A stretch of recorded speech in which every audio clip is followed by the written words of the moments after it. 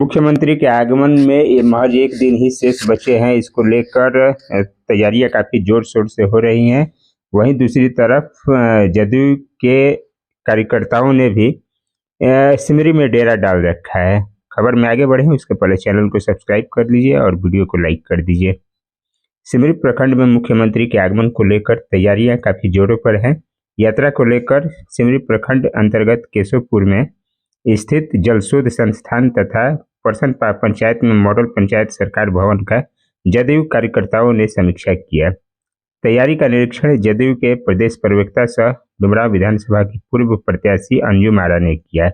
इस दौरान मीडिया से बात करते हुए अंजुम आरा ने कहा कि मुख्यमंत्री नीतीश कुमार जी ने जो 2005 के बाद से लगातार बिहार की आधारभूत संरचना के साथ साथ मानव विकास की दिशा में जो काम किया है वो वाकई में एक बहुत ही पूरे राष्ट्रीय पटल पे एक नज़ीर वो प्रस्तुत उन्होंने किया है। उसी कड़ी में हमारे नेता का एक और उनकी कार्यशैली रही है कि किसी भी चीज़ जैसे न्याय के साथ सबका विकास का जो उनका संकल्प रहा उस संकल्प को धरातल पर उतारने के लिए वो बहुत सारी कल्याणकारी योजनाएं रही, स्कीम रहे, प्रोग्राम रहे।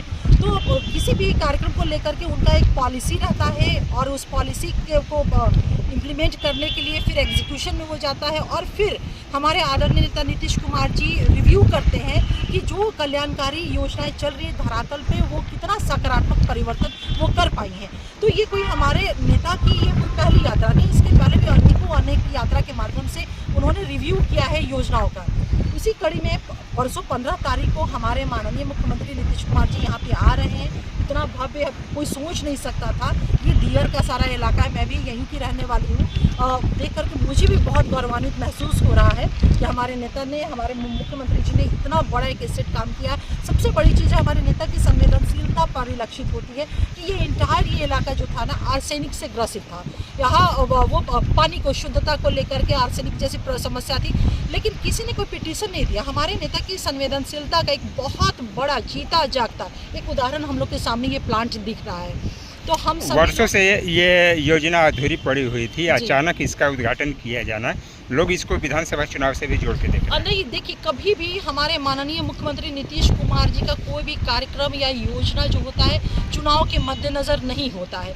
वो 24 आवर वो और हमेशा वो सतत प्रक्रिया होती है विकास को लेकर के। 2005 से लेकर के आज टिल टुडे आप देख लीजिए कि बिहार बहुत सारे बिंदुओं पर मॉडल स्टेट के रूप में राष्ट्रीय पटल पे हम स्थापित हम हुए हैं।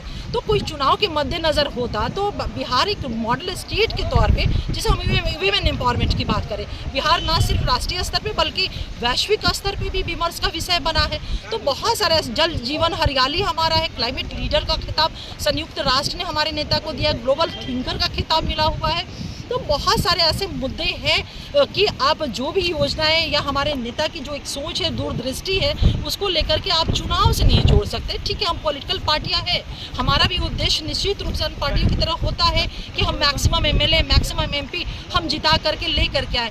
लेकिन आप समझ सकते हैं कि किस तरह से समाज की जो बुराइयाँ हैं उसके लिए भी हमारे माननीय मुख्यमंत्री नीतीश कुमार जी ने काम किया।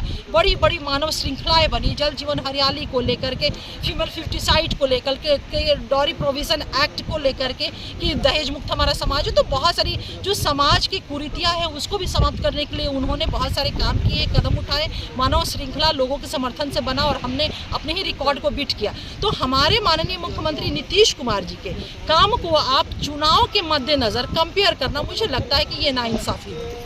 अच्छा, दिल्ली में ये सरकार का ड्रीम प्रोजेक्ट है।